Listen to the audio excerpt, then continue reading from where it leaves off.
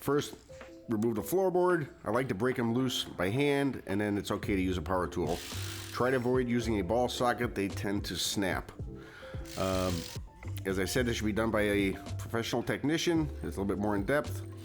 You're gonna basically just remove the entire exhaust system, whether it's stock or aftermarket, what have you.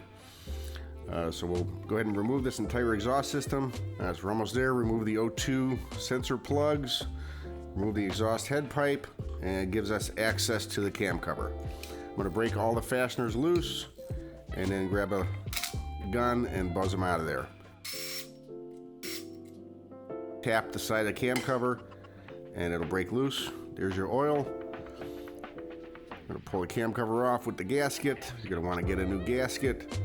There's your oil pump and cam chest assembly.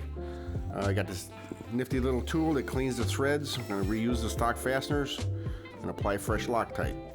So at this point, I'm just wiping it down, getting the excess oil off so we have a clean, dry gasket surface. I start all of the fasteners a little bit, then I float the cam cover in and out to make sure that the gasket is, number one, has the bolts going through all the holes and the gasket is floating in a nice position before I torque it. It's a quarter 20 bolts, 120 inch-pounds, and you want to go in a cross pattern. So you snug them down, and you torque them down in a cross pattern. Cam cover's installed. You got your window. Cool to see the stuff moving inside. That's your cam chain and cam gear. Start the bike. Enjoy. This is a cosmetic part, but it's very cool.